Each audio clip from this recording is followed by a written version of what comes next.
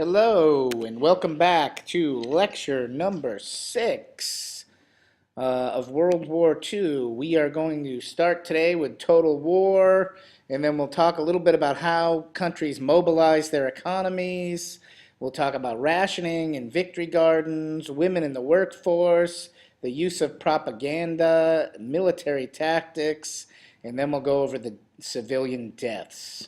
But let's get right in. It's coming up towards the bell, and I want to make sure we finish this before the bell rings. So, like World War II also uses the concept of total war. And you can see these two old women are in England, and they're looking around. This was what remains of an orphanage or a poorhouse. And it does not look like there was much left, much that could be salvaged. It was pretty much totally destroyed. So the concept of total war is where the opponents try not just to defeat each other's army on the battlefield, but to totally destroy the other country's ability to wage war at all. This includes attacking or undermining an opponent's economy, attacking industries, manpower, reserves, and morale. In total war, an entire society mobilizes, not just the military. So the next few slides are going to talk about the elements of total war in World War II. So in this next slide, we see a stack of 1,000-pound bombs.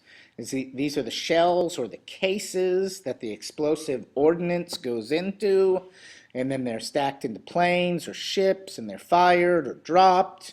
And when the shell hits the ground or the shell hits something hard, boom, the 1,000 pounds of explosive go off. So a country's effectiveness in engaging total war depended on its ability to fully mobilize all sectors of its economy. Often this involved putting production under the control of a central government bureau to help industries or businesses shift from consumer production to war production.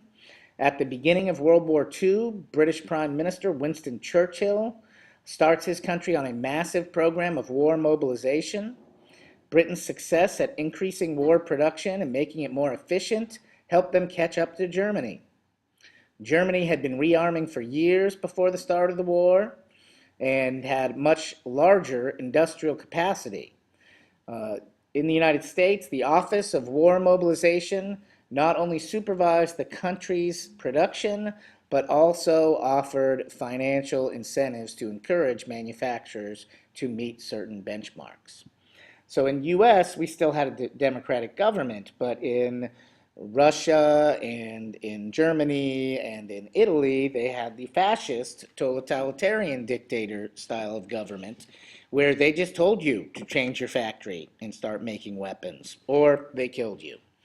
So that is an interesting slide about mobilizing the economy. The next aspect is how exactly rationing took place and what victory gardens were. Civilians on the home front contributed to the war effort by giving up many of the conveniences and the goods they had been used to getting in unlimited supply. Governments instituted systems of rationing, placing limits on the amount of gasoline, coffee, sugar, meat, and other goods that you could purchase. Government issued ration books full of tear-out coupons, determined how much of a particular good each citizen would receive. As the war went on and shortages increased, many people found that they had to wait in lines for hours to receive their government-allotted portion of rationed items. Many people eased the pain of rationing by growing their own fruits and vegetables in backyard gardens. These were called victory gardens because by planting one and growing one, you would actually be helping more food go to the front line and helping your country win. People carpooled and rode bicycles in order to reduce gasoline consumption. Many people donated metal to scrap drives, and many people bought war bonds. Children would buy war stamps to support the government financially. Governments encouraged all of these efforts by issuing colorful posters that reminded people of the importance of their activities. While rationing may have made life inconvenient for many people. It did give some folks on the home front a sense of purpose, and it kept morale up by helping people feel that they were making a valuable contribution to the war effort. So even if you were 80 years old and couldn't fight, you could tend to your victory garden and feel like you were helping the war effort. Or you could cut down the amount of meat your family ate and feel like you were sending more meat to the soldiers. So rationing and victory gardens, very useful tools.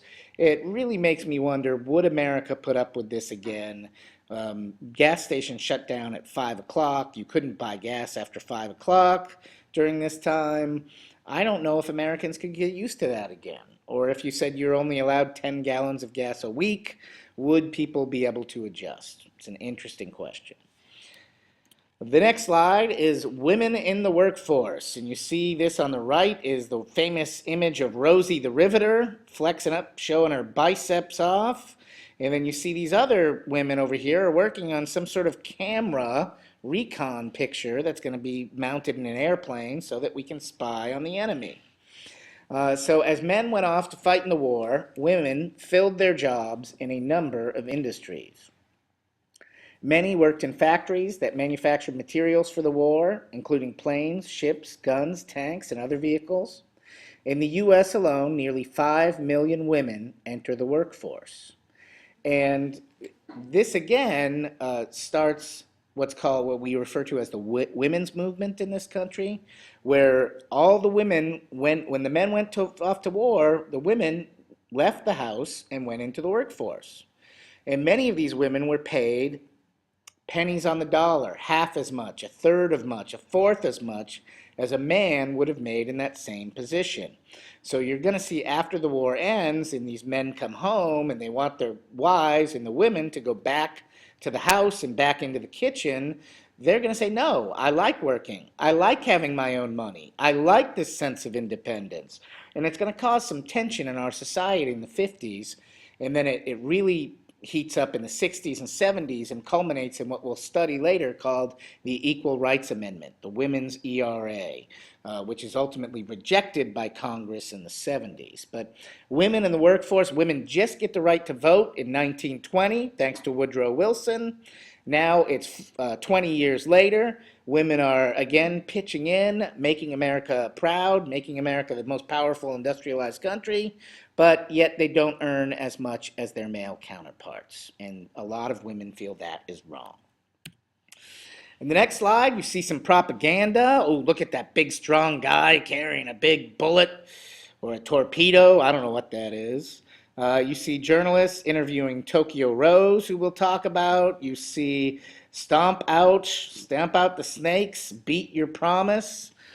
So propaganda, as we've talked about in our little fascist unit, is one-sided information.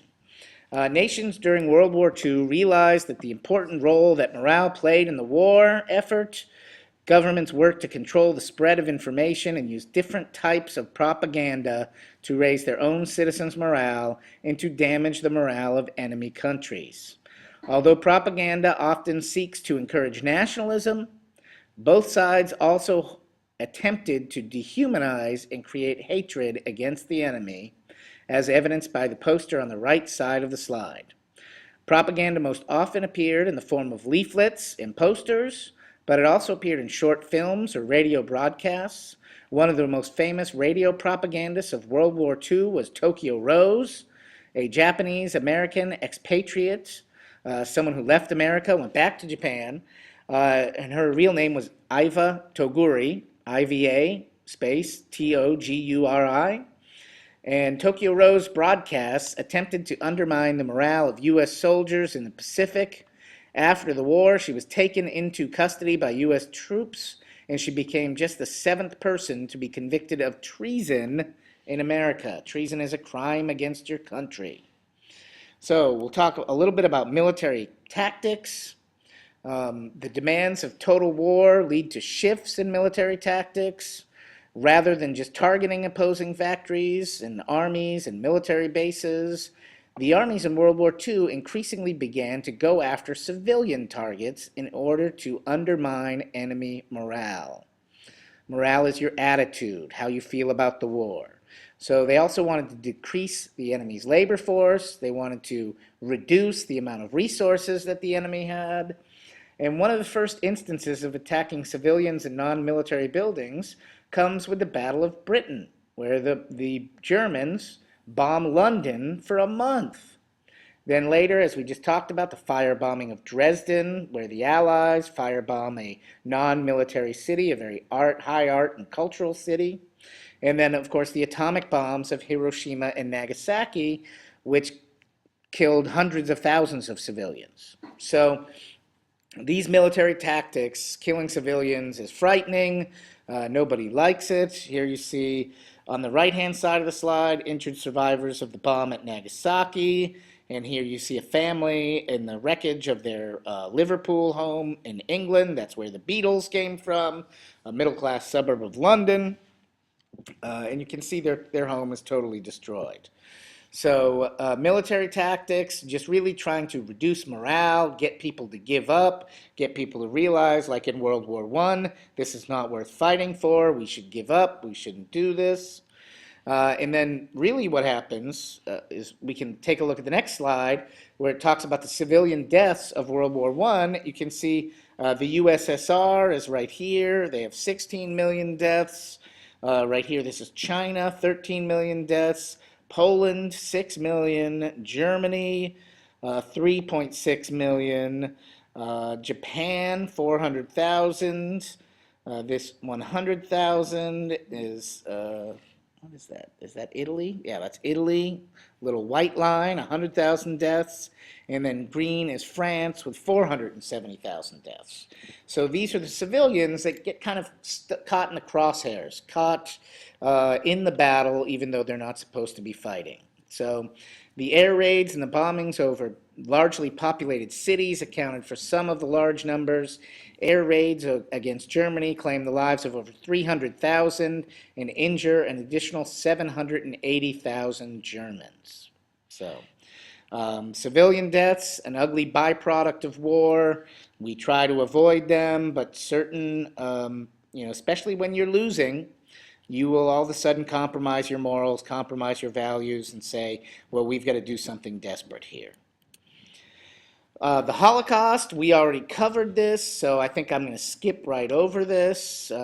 We knew about the German theory of racial superiority, also known as eugenics, and how Hitler deemed that the Jews were inferior. They were not they were not the chosen people. They were not the Aryan, the master race. So Hitler wanted them exterminated. They were considered life unworthy of life.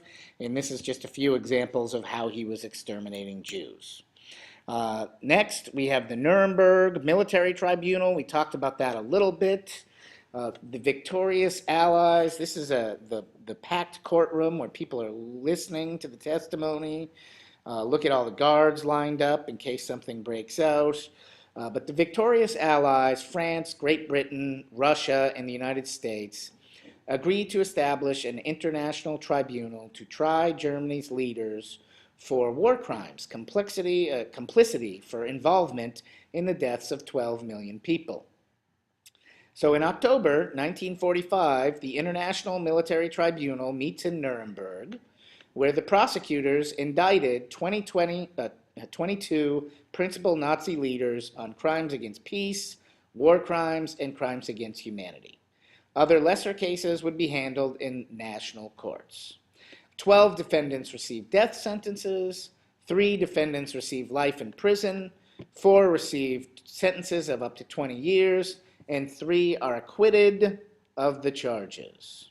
So the Nuremberg trials, famous book, famous movie, something we kind of gloss over here. We just say, well, they lost, we won, moving on. So that is going to wrap it up for this section. Next, we'll talk about the end of the war, the Yalta Conference, and the Potsdam Conference. The end of World War II brings about the rise of the Cold War, where the U.S. and the Russians kind of become enemies. So we'll talk more about that. But thank you for listening. I hope you took some great notes, and I'll see you tomorrow.